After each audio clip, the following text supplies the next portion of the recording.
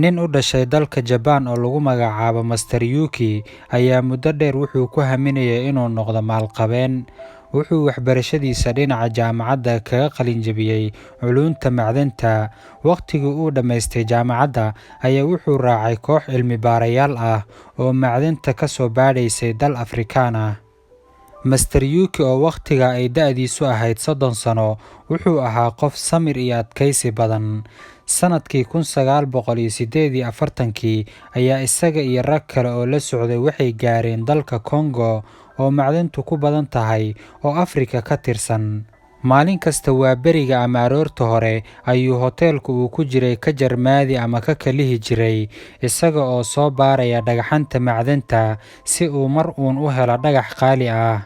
Habeen kasta wuxuu soo qaado wuxuu ku baari jiray qolkiisa, waana uu ku fashilmi jiray isagoo aan mid qura aanu noqon macdan qaali ah.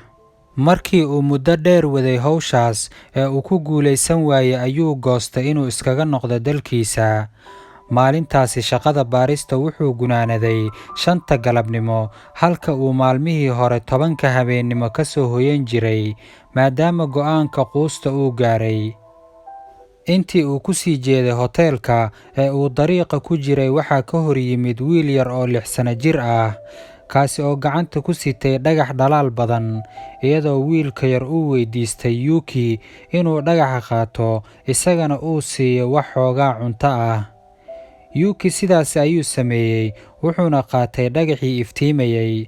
Markii uu qolkiisa hoteelka tegay baaristana bilaabay ayuu markiiba eegay, wuxuuna la yaabay natiijada. Mar labaad ayuu haddana ku celiyey. Dhagaxii wuxuu noqday diamantii ugu weyneed ee uu weligii arko oo gaaraysa $10 milyan.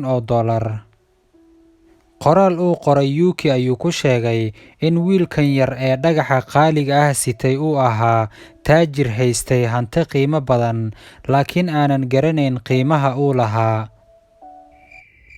Haddaba daawada, adiga ayaan kuu dhaafayaa. Waa maxay casharka ay dadku ka kororsan karaan sheekadan? Inoo soo qor si ay dadka kaaga faa'iidaystaan. Muuqaalkanna dad badan ayuu anfacayaaye hadda inoo sheer gareeya.